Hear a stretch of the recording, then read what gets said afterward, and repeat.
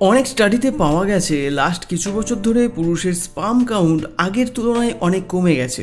SRM share করে একটা স্টাডিতে American and European পুরুষদের শুক্রাণুর সংখ্যা এবং শুক্রাণুর গতিশীলতা গত দশকে অনেক হ্রাস পেয়েছে, আর তার বিশেষ কিছু কারণ রয়েছে যেটা আমি এই ভিডিওতে ডিসকাস করব। আর এটা হ্রাস পাওয়ার জন্য পুরুষদের ফার্টিলিটির সমস্যা আগের থেকে অধিকতর, আর যার ফলে বিবাহের পর অনেক দম্পতির বাচ্চা প্ল্যানিং করতে গিয়ে সমস্যা দেখা দিচ্ছে। তো এর পেছনে যে কজগুলো লুকিয়ে রয়েছে সেই বিষয়টাকে দেখে নেব।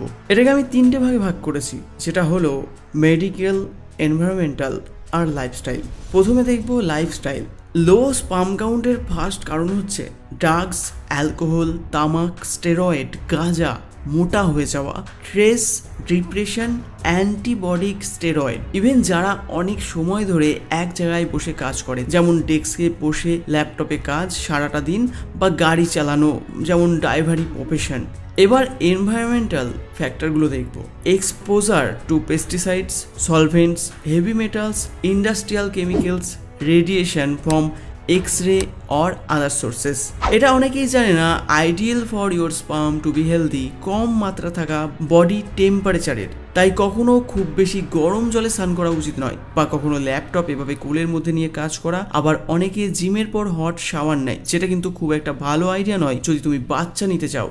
এবার কথা বলবো কোন কোন মেডিকেল কন্ডিশন থাকলে স্পাম কাউন্ট কমতে পারে। Infection, antibody sperm, ejaculation problem, period surgeries, celiac disease, এটা হলো digestive disorder, chromosome defects of tubules যেটা স্পামকে ট্রান্সপোর্ট করে, hormone imbalance, tumour and certain medication. যদি আপনি আপনার স্পাম কাউন্টকে বাড়াতে চান তবে আপনাকে এনভায়রনমেন্টাল আর লাইফস্টাইল ফ্যাক্টরগুলোকে আপনার জীবন থেকে সরাতে হবে। আর যদি কোনো মেডিকেল কন্ডিশন থাকে তবে তার জন্য অবশ্যই ট্রিটমেন্ট করান। এছাড়াও আপনি অনেক কিছু করেই আপনি আপনার স্পাম কাউন্ট বাড়াতে পারেন। ফার্স্ট, এক্সারসাইজ শুধু আপনার ওভারঅল হেলথকে ঠিক রাখে তাই নয়, সাথে আপনার টেস্টোস্টেরনকে বাড়াতেও হেল্প করে এবং ফার্টিলিটিতে অনেক হেল্প করে। Quality of sleep and diet. প্রায় সময় আমরা শুনে থাকি ঘুম কম হলে, মানে 7 থেকে 8 ঘন্টা না ঘুমোলে চোখের নিচে কালি পড়ে যাওয়া, মুড সুইংস, মাথা যন্ত্রণার মতো সমস্যা হয়ে থাকা। কিন্তু শুধুই কি আমাদের শরীরে ঘুম এইটুকুই রোল প্লে করে?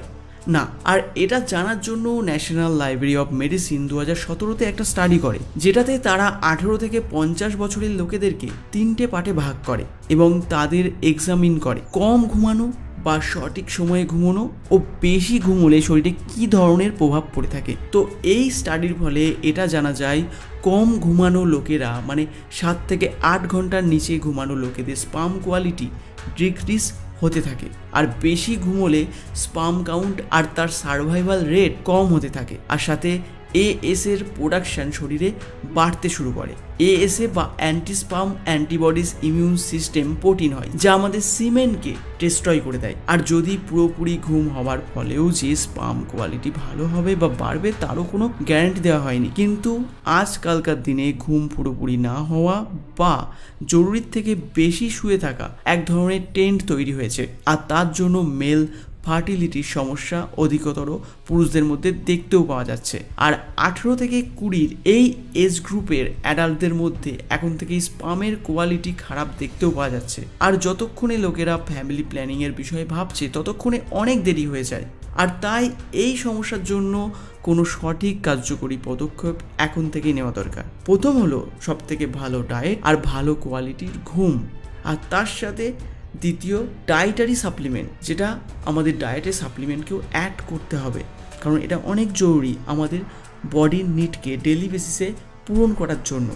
আর মেল ইনফার্টিলিটির সমস্যা থেকে মুক্তির জন্য আপনি নিতে পারেন ম্যানশিওরের reproductive health supplement. And my friends from out of India can now also purchase Mansure reproductive health supplement internationally through the eBay link I have added in its link description.